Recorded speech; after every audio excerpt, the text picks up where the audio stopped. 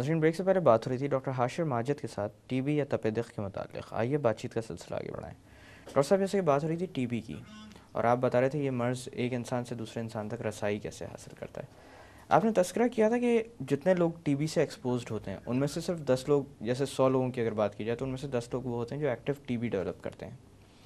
تو میں آپ سے یہ پوچھنا چاہوں گا کیا یہ بھی ممکن ہے کہ ٹی بی کے جراثیم انسانی جسم میں داخل ہو جائیں, موجود ہوں, لیکن بیماری ڈیولپ نہ ہو؟ کہ موسٹ لائکلی میں اور آپ ہم دونوں بھی ایکسپوز ہوئے ہیں ٹی بی کے جراثیم ہمارے جسم میں ہیں جب ہم چیسٹ وارڈ میں کام کرتے ہیں تو. بالکل. لیکن اس کا یہ مطلب نہیں کہ ہمیں ایک فرق ہوتا ہے لیٹن ٹی بی جس کو کہا جاتا ہے اور ایکٹیو ٹی بی جس کو کہا جاتا ہے.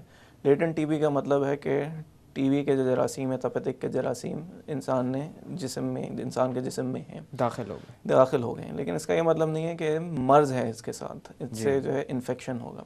انفیکشن عموماً اس وقت ڈیولپ ہوتا ہے جب کہ دفاعی نظام کمزور ہو جائے, اور اس میں جو میں نے آپ کو پہلے بتایا تھا کہ کنڈیشنز کے اندر دفاعی نظام کمزور ہو سکتا ہے, جس میں ڈائبٹیز ہو گئی اور باقی امراض جو میں نے بتائے تھے, اس کے اندر پھر ٹی بی ڈیولپ ہونے کے چانسز ذرا زیادہ ہو جاتے ہیں.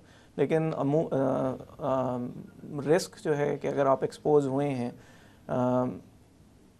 90% سے زیادہ کیسز میں اگر آپ کو کوئی ایسے امراض نہیں ہے, ٹی بی ڈیولپ نہیں ہوگا. جی بالکل, اور آپ کی مدافعت بہتر ہے تو. بالکل. ڈاکٹر صاحب اسی حوالے سے میں ایک چیز آپ سے پوچھنا چاہوں گا. 80s میں ایک جملہ میں اکثر سنا کرتا تھا, وہ لوگ جو سگریٹ نوشی کرتے ہیں وہ ٹی بی کا شکار ہو جاتے ہیں. یہ جملہ کس حد تک درست ہے؟ بالکل بجا ہے. تمباکو نوشی میں تقریباً 2.5 گنا سے زیادہ رسک ہوتا ہے ٹی بی ڈیولپ کرنے کا, اور جن لوگوں کا ایکسپوجر ہوا ہے جی, اور کمپیئر ٹو جن لوگوں کا جو سگریٹ نہیں پیتے اور جو سگریٹ پیتے ہیں, ان کے اندر جو سگریٹ پیتے ہیں 2.5 گنا زیادہ رسک ہے ٹی بی ڈیولپ ہونے کا اگر ایکسپوجر ہو ان میں. دوسرا جو ہے اس کے اندر یہ بات بھی ہے کہ ان لوگوں کے اندر ٹی بی کی شدت زیادہ ہے, مورٹیلٹی زیادہ ہوگی کمپیئر ٹو سم ون جو اسموک نہیں کرتا. اچھا صاحب, تشخیص کا کیا طریقہ کار ہوتا ہے ٹی بی کے معاملے میں؟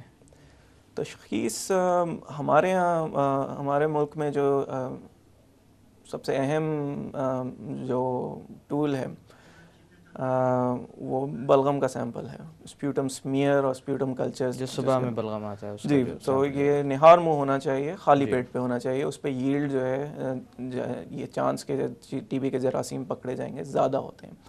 تو سب سے اہم جو تشخیص کا ٹیسٹ ہے وہ یہ بلغم کا ہی سیمپل ہے. اچھا, اب باہر کمیونٹی میں بہت سارے ایسے ٹیسٹ ہیں جو کہ کہا جاتا ہے کہ یہ بہت ریلائبل ٹیسٹ ہے, اس سے پتہ چل جائے گا کہ ٹی بی ہے. ان کے اندر کچھ بلڈ ٹیسٹ بھی آ جاتے ہیں, اور ایسی ابھی WHO کی کوئی ریکمنڈیشن نہیں ہے. یہ ٹیسٹ جو ہیں ایکچولی نقصان دہ ثابت ہو سکتے ہیں, کیونکہ جن لوگوں کو ٹی بی ہو ان کے اندر یہ نیگیٹو بھی ہو سکتے ہیں, تو یعنی آپ ٹی بی کی ٹریٹمنٹ نہیں شروع کریں گے. جن لوگوں کے اندر یہ ٹیسٹ پازیٹیو آتے ہیں, کچھ میں ان کو ٹی بی نہیں ہوگی, لیکن ان کو آپ ٹی بی کی تھیراپی پہ سٹارٹ شروع کر دیں گے. اور اس سے جیسے آپ نے بات کی تھی, ارتقاء کی بات کی تھی, ڈرگ ریزسٹنس بڑھنے کا امکان تھوڑا زیادہ ہوتا ہے. لیکن مین ٹیسٹ جو ہے وہ بلغم کا ٹیسٹ کرنا ہے, اور عموماً کم از کم 2 ٹیسٹ کی ضرورت ہوتی ہے, 2 نہار منہ بلغم کے سیمپل کی ضرورت ہوتی ہے. بہتر ہے کہ 3 سیمپل لیے جائیں. ڈاکٹر صاحب وہ لوگ جو اس بیماری کا شکار ہوتے ہیں ان کے حوالے سے میں پوچھنا چاہوں گا, ان لوگوں کو اور ان کے عزیز و اقارب کو ڈاکٹرز کے ساتھ کس طرح کا تعاون کرنا چاہیے تاکہ اس بیماری پر قابو پایا جا سکے؟ دیکھیے, اس میں سب سے اہم جو چیز ہے وہ یہ کہ دوائی صحیح مل رہی ہے. دوائیاں 4 اینٹی بایوٹکس ہوتی ہیں شروع میں, بٹ ڈیٹیل میں نہیں جائیں گے, وہ تھوڑا ڈفر بھی کر سکتا ہے, کہ صحیح اینٹی بایوٹک مل رہی ہیں, اچھی کوالٹی کی اینٹی بایوٹک مل رہی ہے, اور یہ اس کی جو مدت ہے وہ پوری لی جائے. کیونکہ کئی دفعہ پیشنٹس جو ہیں وہ ودن 2 ہفتے میں 3 ہفتے میں زیادہ سے زیادہ مہینے کے اندر اگر یہ ڈرگ ریزسٹنٹ ٹی بی نہیں ہے اور اینٹی بایوٹک کام کر رہی ہے تو ان کے علامات ختم ہو جاتے ہیں, بہتر محسوس کرتے ہیں.